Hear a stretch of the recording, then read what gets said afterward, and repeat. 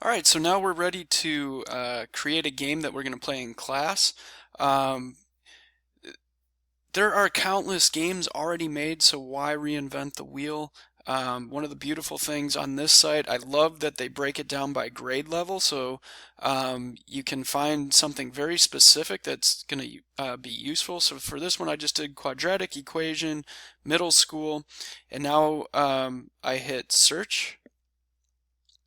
It'll pull up a bunch of them. You're just going to have to go through and find something that works for you. It's just kind of trial and error. Once you find something that you like, let's just say that I like this one here, I just use the duplicate button, and then it just takes a minute to duplicate. And now I actually have the quiz. So now I can just go to the edit portion.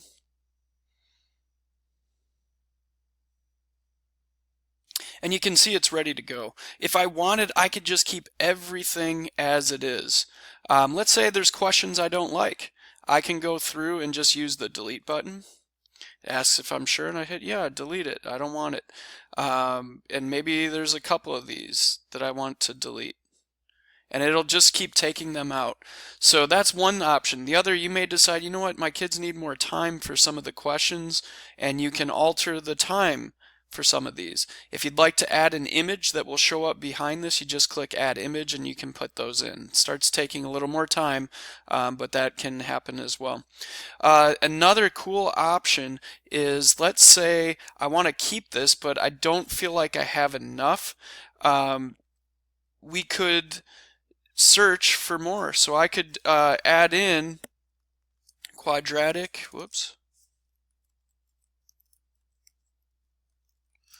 equations, and hit go. And I'm right back in. So let's say I find a different one I like, and we're just going to pretend I like this one. And I can scroll through, and let's say I like this question here. All I do is click this plus sign right here, and you'll notice it pops down and it's now into mine. And I can then click back to my quiz by just hitting the close button right over here. And now I'm back. I added that question in. I could click the new question, and if I wanted, I can create my own question. I can type in whatever it is that I want here. Same thing, I can only have one option, two options. You have to have at least two, but you can't have more than four. That's one of the limitations, but that's how you would add one of your own questions to an existing quiz.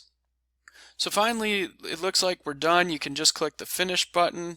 The following question is marked incomplete. Oh, I didn't mark. Let's click this one as correct. Now I can click finish. It's done. They're going to make me select some of these things. It's math, tags.